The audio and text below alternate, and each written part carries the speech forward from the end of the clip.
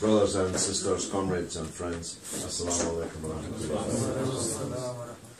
First, the next councillor for Little Horton, a very happy birthday. He's only 30. That's my This campaign has aged him already. But he's thrown himself into this campaign with such heart, such vigour. He's like a man of 25. And I'm sure that it's going to be rewarded, inshallah, with a great victory on the 22nd of May. We did come here to meet. We also came here to eat. Thanks for your invitation for that. I myself am hungry, and I'm sure the brothers are too. So I'll be brief.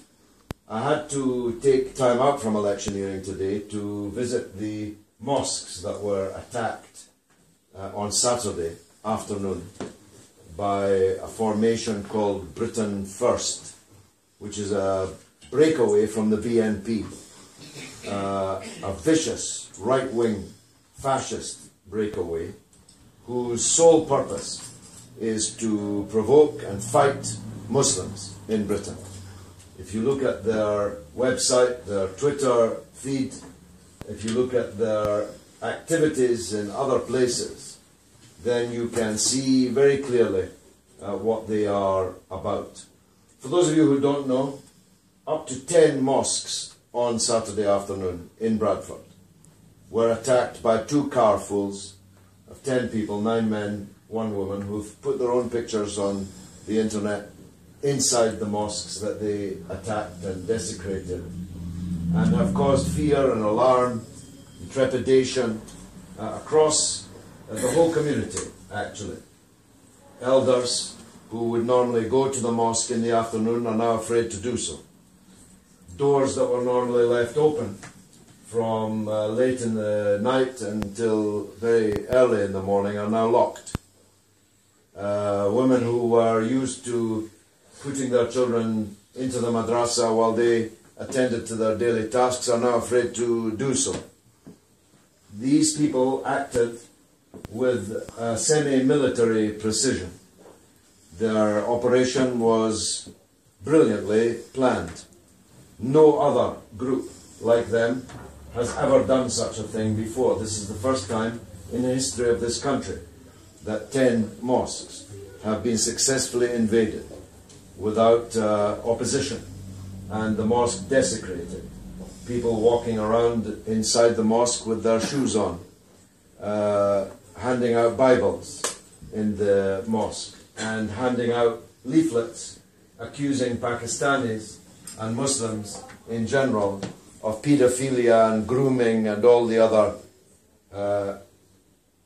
hobby horses that they have. The fact that the vast majority of such crimes are not committed by Muslims but by others, the fact that the vast majority of such crimes are not committed by Pakistanis but by others.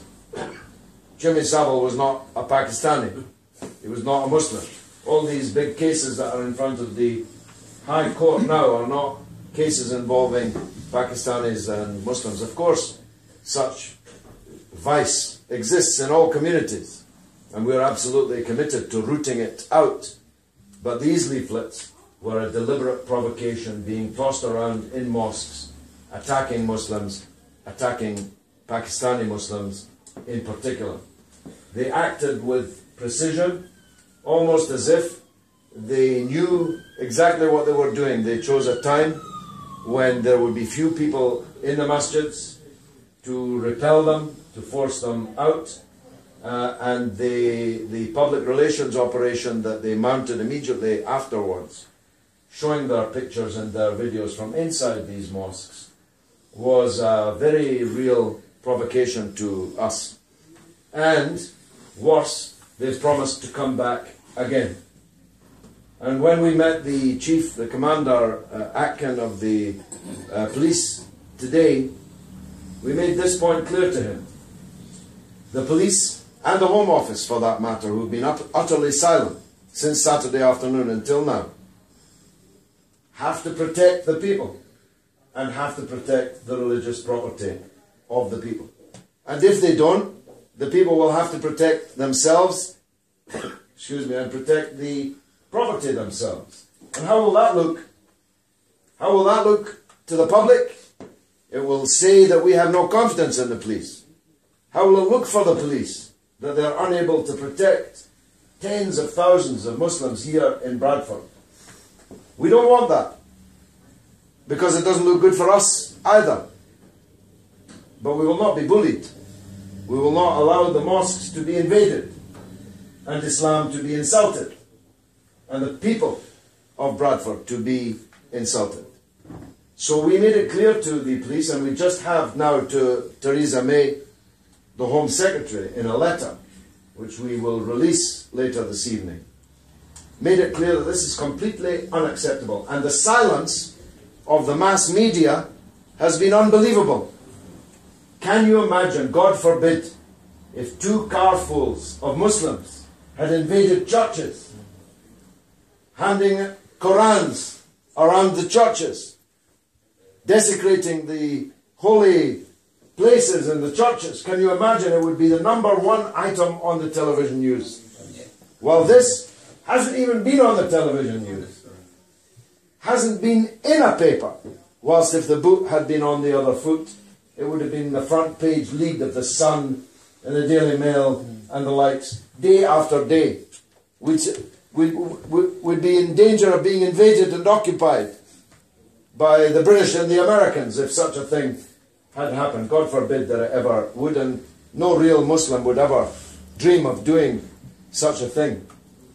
So the silence, the shame, and the silence of the government and the media in this speaks volumes. When they discovered that Subway was selling halal chicken in its sandwiches, it became a national issue. Whilst here are mosques, 10 of them perhaps, being invaded and desecrated without a cheep of publicity. We have no intention of making this issue bigger than it is. We don't want the boys out on the streets burning tyres. It's the 25th anniversary of the Rushdie matter, coming up very soon. We don't need that, we don't want that. But neither will we collaborate in making it smaller than it is, because that would merely be to invite more such attacks and worse attacks.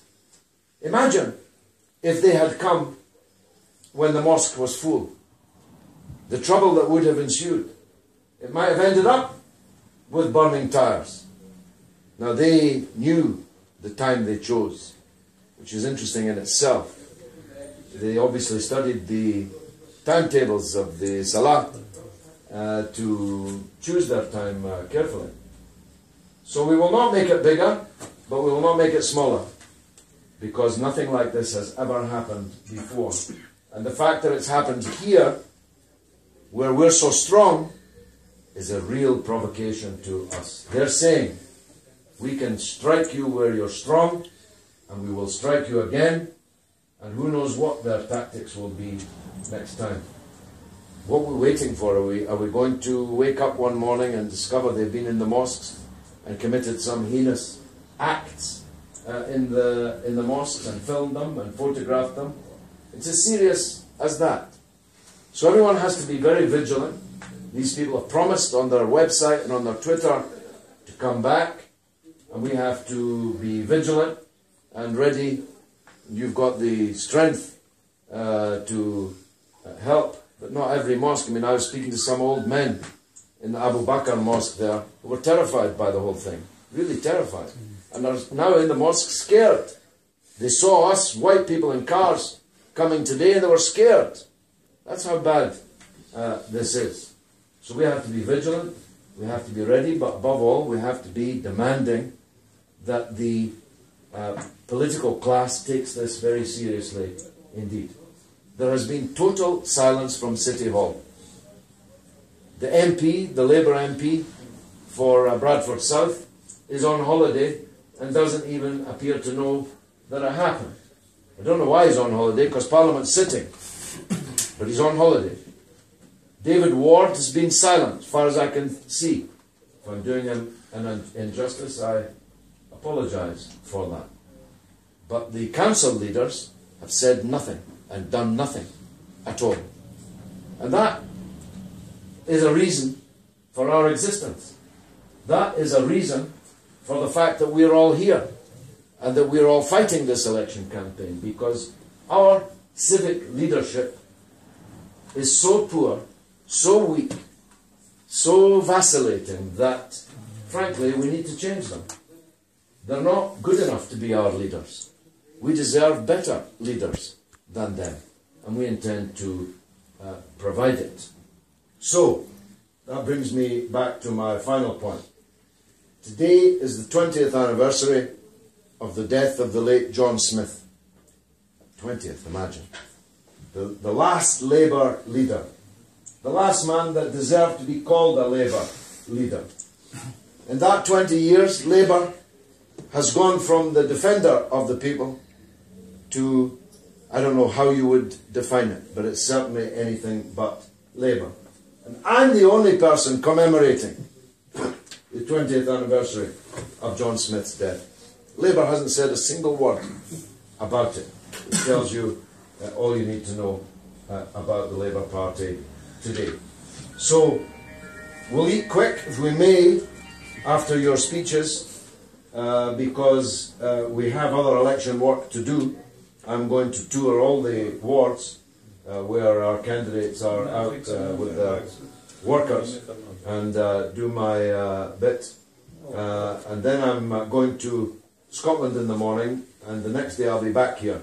So I'll be back here campaigning on Wednesday and on Saturday and part of Sunday, and then into the final week. So it's a big push. We've still got lots of work to do, even in a ward like this, where I'm convinced that we're winning. There's still work to do right up to 10 o'clock on polling day itself. There's still always one more voter that you could have got to the polls. And remember, this ward was won by how many votes last time? 17. 17. One of the narrowest. Yeah, 17. One of the narrowest in the city. And of course, the head that we chopped that day was the leader of the council himself. And now we're going for the former Lord Mayor. We specialise in such operations. So, the best of luck to all of you. Ron is here. My assistant Salma, I brought her up from London to strengthen the team today and tomorrow and over the next few days. So, if you need anything, badger them. If they're bad-tempered, never mind. They'll get over it. They can't work miracles. And people do have to pay, by the way. Leaflets are not free. People are demanding posters, leaflets and so on. Not you, of course. But not many others have yet paid their way. And they have to. But badger them by all means. That's what they're here for. Sorry, Ron, to invite more badgering. But it is important that we fight this right up to the wire. And if we do, we'll have a famous victory again here in Bradford. Wassalamu alaikum.